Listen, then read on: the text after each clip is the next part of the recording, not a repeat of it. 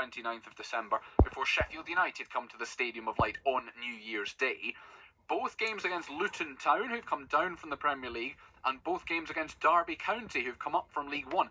All four of those will definitely be midweek matches, and the two derbies against Middlesbrough are at the Stadium of Light in September and at the Riverside in February. I think the toughest run of games arguably comes in March, April.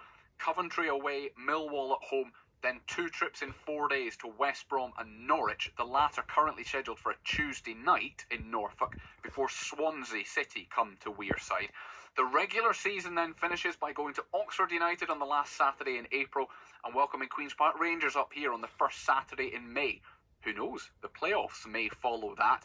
I will finish though with the usual caveat. All matches, with the exception of the very first one at Cardiff, which is set in stone, all the others are subject to being moved for television.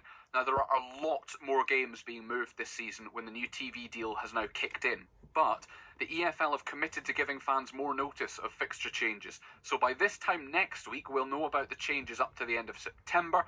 And by the time the season starts, we will know every change up to the end of the year. Colin White there with a comprehensive guide to Sunderland's fixtures. You can find them all on the BBC Sport website. So what are the headlines, Nick, for you from those? I think Cardiff away is a bit of a nasty one to start with. It's not great, is it? It's a difficult match, and it's a difficult one to get to as well. I suppose it's a good sort of atmosphere, good party atmosphere, but people will still be on holiday. I think Middlesbrough at home is quite a nice one in September. Usually, we always play Blackburn on either Boxing Day or it's There's a bit of a tradition of that, isn't there? So it's like for some reason. We're in the same division. I like what's that's caught my eye is a little tasty trip to Oxford on the 26th. That'd be quite a nice little away trip. Yes, that's towards the end of the season. Yeah. So yes, and a home game against QPR to finish with. Will that be a? Which QPR will that be? Which Sunderland will it be? Yes, will it be? Yeah, going on this season's form, that might be kind of a relegation sort of game. With a new regime, with a new regime of Lebris. Hopefully, they could be at the other end of the table. I mean, we haven't asked you about Régis Lebris, who is Sunderland's new head coach, or he will be on the 1st of July. What have you made of the appointment? Well, it's been long and protracted, hasn't it?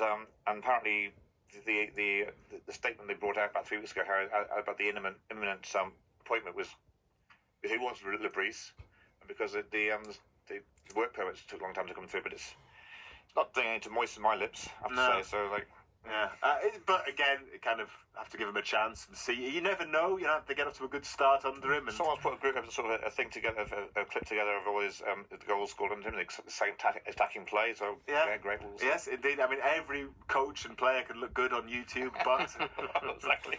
We'll see what happens there. Your guess is as good as mine. Let's hope he's going to be supportive. I'm sure the fans will get behind him and just support him, and let's just hopefully he'll bring some great stuff with him. Another piece of Sunderland news, former Sunderland midfielder Ethan Robson signed for Carlisle in League Two. He was a free agent after leaving MK Dons.